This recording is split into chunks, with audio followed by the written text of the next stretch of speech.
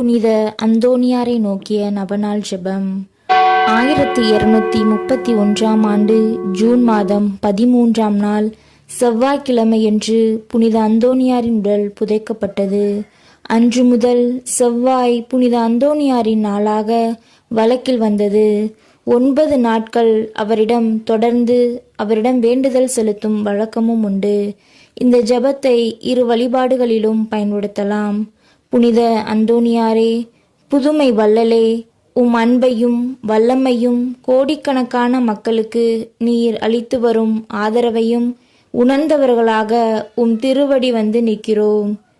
எமக்கு மிகவும் தேவையான இந்த வரங்களை நாங்கள் அடையுமாறு எங்களுக்காக இரக்கங்களின் தந்தையாகிய இறைவனிடம் பரிந்துரைக்க மன்றாடுகிறோம்.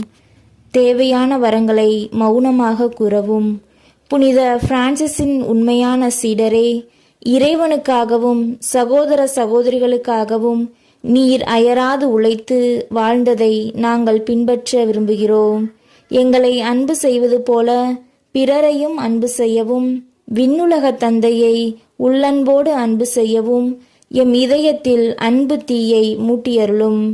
விண்ணுலக தந்தையின் திருவுளத்தை நிறைவேற்றி நற்செய்தியின்படி வாழ எமக்கு பலத்தை அடைந்து தந்தருளும். தன்னலம் துறந்து பிறருக்காக வாழ இறைவன் அளிக்கும் வாய்ப்புகளை நாங்கள் கண்டுணர்ந்து பயன்படுத்தி கொள்ள எமக்கு கற்றுத்தாரும்.